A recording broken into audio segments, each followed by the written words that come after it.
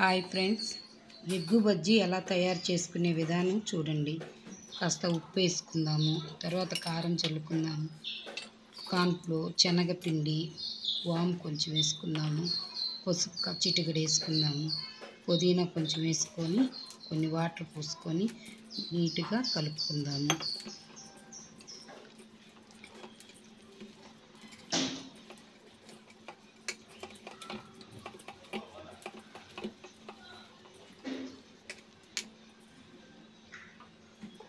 కలుపుకున్న తర్వాత బాండిల్ పెట్టుకొని స్టవ్ వెలిగించుకుందాము.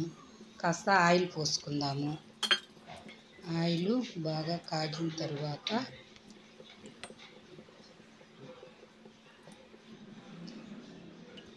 ఒక ఎగ్గు కొట్టేసుకొని దాన్ని బాగా కలుపుకొని చిన్న చిన్న బజ్జీల్లాగా బాయిల్ చేసుకుందాము.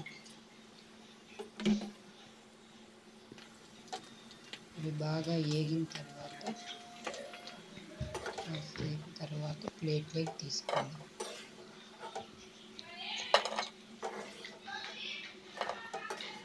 ఎగ్ బజ్జీ రెడీ అయిపోయిందండి. గ్యాస్ ఆపేసుకుందాం.